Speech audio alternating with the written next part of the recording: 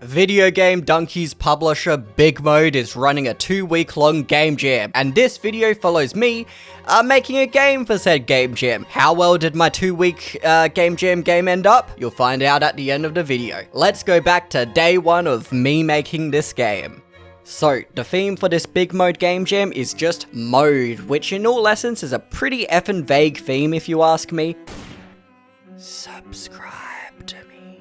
There's several interpretations of the word mode that could be used, the main being different gameplay modes. Think for tower defense game, you could have buying mode versus the wave mode. You could also use the statistical definition of mode, as in mean, median, and mode, but that's for nerd emojis to do. And finally, mode means fashion in French, and it could mean other stuff, I guess. I mainly went with the first use as it seems the most gameplay focused, you know, with a little tinge of the fashion, mainly for aesthetics reasons. So with this main idea, I came up with, you'd basically be playing as a girl who's constantly shrinking and growing in size. This leads to a basic story element that makes it easy for the player to transition between the two separate gameplay modes, which are in the small mode. When you shrink down, you will need to encircle fabrics to complete orders, while in the big mode, you'll be in a fashion show mainly, and just do poses that are needed for points. And that's the basic premise of this game. The idea of encircling objects in the small mode was actually inspired by a previous game jam game called Sandbox, which I played in a previous Godot game jam, so I knew it was possible in the engine,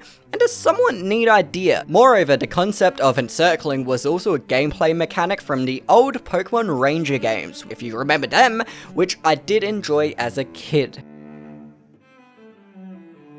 So I decided on making the small mode first, and I needed to tackle that encircling mechanic. I threw in some random shapes, added a character controller. Look, the play's the circle, and you can move around and encircle the squares, which will be the fabrics in the future. But how? How do you actually draw and encircle stuff, you might ask? Just like this. Oh, basically, TLDR, when you're holding down the left click button, the player's position gets added into a packed vector 2 array, which then goes to a collision polygon 2D to make the actual collision shape. And voila, you can now draw dynamic collision shapes just like that. But a problem that I ran into, it doesn't actually get any collisions inside the collision shape. What this means is that when I encircle something, it's meant to, you know what's inside of the circle, but it's not. It just says there's nothing inside of the circle when there is. I can see there's stuff in that circle, Mr. Game. Why? I was stuck on this problem for a day and a half. I did other stuff, but what was the actual problem and solution? It's that goddamn process. It's always the goddamn physics process. I don't know why. I still don't understand what should be done in the process versus in the physics process. I moved the drawing into the physics process and it just worked. It just worked. If you didn't know, in a previous game jam game I made, the Bookworm, it was a buggy ass mess because of a similar bug, and I don't know why I didn't just check the gosh darn process before my extensive debugging process, but hey, I already wasted a day on it. But it works now, it works! Look, you draw the circle and it detects what's inside of the circle. Good stuff, good stuff, it works. So I didn't do a lot of work in the previous week. I was busy with real life stuff, you know. But there's still 8 days left in this jam. Plenty of time to make something out of this. As you can see, there's actually a character now. I'm working with the one and only Core from Spillin' the Milk. He's doing the art and music, so he drew the small mode girl here. Pretty cute. Just look out for all the art improvements that are going on throughout the rest of this, as they were all done by Core. But yeah, game-wise, things spawn in now, and you get an order in which you need to encircle, say, a button and a button. You'd encircle them both to get the points. I also started on the transition from small to big mode, though there is no real, big mode yet, but there is a transition cutscene. But I guess I should actually make the big mode, shall I? Nah, I was just mainly working on effects like particles and the sound point system in it, as I mentioned before. Just adding stuff into it to make it more game-like, you know. But I do have something in the big mode on this day. Look, it's just a girl doing poses, which you control with WASD. It might not seem like a lot, but honestly, that's most of the game loop of the big mode done, not gonna lie. It's just more like grey box, so I can't really show it off right now. I may have left the big mode part till the very last minute, but you know what? Nothing. I don't know what to say here. I sort of forgot to record a lot of the mundane stuff before this as well. It's pretty much done at this point. I'll just be adding in small details, you know. So let's run through the big mode, shall we? You transition from small to big mode and you have the girl now there. She looks pretty good, and you basically just change poses for points. The crowd wants certain poses, say right and left. You do them correct, you get the points. You do them wrong, the crowd becomes mad at you. Look at them, they're mad at you because you failed to follow instructions. I could mention stuff about the details, like there's an input buffer for better controls, makes it slightly easier but more user-friendly. Basically, this just means you can spam the buttons easier, but whatever, I'm not gonna mention about decoding stuff. There's not much gameplay depth to the big mode, but that's actually perfectly fine, because when you're in the small mode, you have a lot of decision making going on for little points, while when you transition to the big mode, that decision pacing goes way down. You make a lot less decisions, but the points rewarded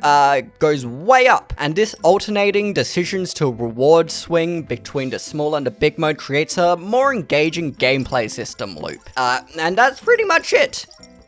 So, how did the game end up in the end? I think it ended up pretty well. It's definitely one of my better Game Jam games, you know. The development cycle was just a tiny bit of a mess, but hey, that's actually how every Game Jam works. If you didn't know, look at my other Game Jam videos. So you can see the small mode is finished off now. It's come a long way from the grey boxing stage, but it's all basically the same. You get an order and you run around and encircle the materials. You don't actually need to do the encircling mechanic. I know I tried to make it all about the encircling mechanic, but you can actually just draw lines through them instead of encircling, which I think it actually makes the game slightly more fun. I ended up doing this in my testing because it's easier. People in the game comments figured this out also and started doing it, claiming that they were cheesing it, but this is my fault because I think I should have communicated in the game that this is a valid method of playing. I think it's perfectly valid and a fun way of playing still, like you're basically just drawing the threads through the materials instead of encircling them. Yeah, also I added in these black splodges, in which were meant to be feet stepping down, in which you get crushed and game over if you get stomped on. The story element being, as you're on a fashion runway, that there's people doing their catwalks and stuff, and they're not really looking out for the tiny girl making fabrics. Talking about the fashion runway show, transition to the big mode, and you need to do the poses for the crowd, as you are in the middle of a fashion show. Pretty cute. You basically just spam the arrows that it wants you to do to get them points. I explained it in the last chapter, though. So yeah, that's the game. That's the game done. There's also new background music in now by Core again. I also made it so in the menu, you can just click on the girl to change her poses. Just something little that I added in. I clicked on this girl in the menu so many times during the final testing stages. I wish I added a counter in for it because I would have clicked on this girl, I would say, thousands of times. But how did it end up in the ratings of the Game Jam, you might be wondering? I'm also wondering that. The jam ended over a month ago, but there's still like 13 days left of voting. Definitely a bit long to wait for the results, or like over a month and a half, but oh well, it's their first Game Jam that they're running. And honestly, I really like this Game Jam. I met a lot of pretty cool developers from it. Definitely one of the better Game Jam communities that I've participated in myself. But yeah, I got nothing else to say really. So subscribe to me maybe if you enjoyed, and have a good day or evening or whatever you want to have a good whatever, gamers. See ya, gamers. Bye-bye.